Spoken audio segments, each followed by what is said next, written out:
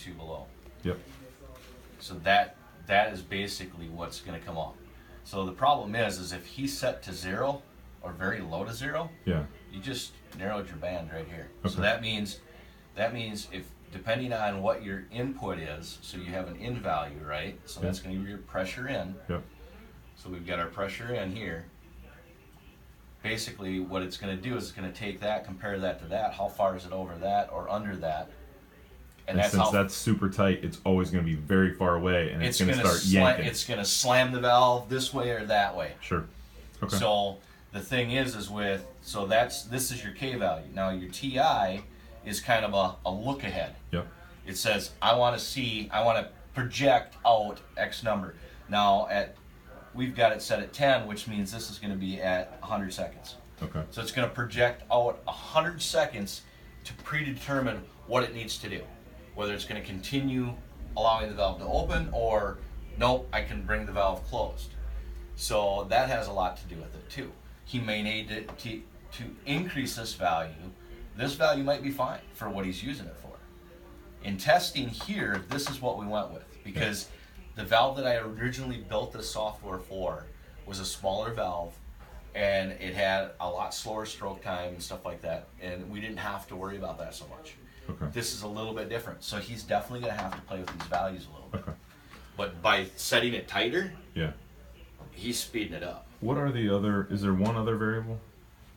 There is. There's a TD valve. So that one there is an error value. Leave it at 0. Okay. I mean, we've seen where we can set it to 1 and probably be okay, but you start playing with that, and that can make these other two kind of act erratic. Does the look ahead feature using what just happened to look ahead? How does it look ahead? Well, how does it have a crystal ball? It's looking at this.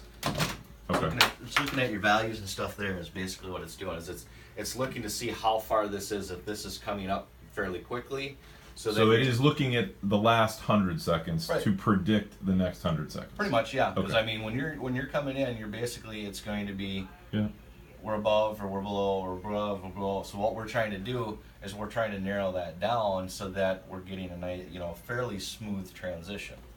And is a bigger TI looking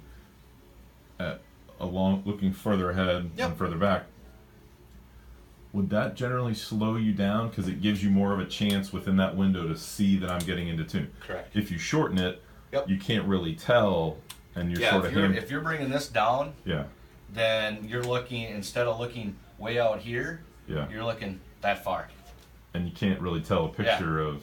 Yeah, and now you've got a tighter range here, so now you're literally looking at that range right there. Saying, I should drag it back down, and but maybe over the last 20 seconds you can tell that it's starting to trend. Then if I just take a deep breath. Yeah. Okay. I mean, one thing to look at with, especially with these, the differential pressure itself, how fast is it changing?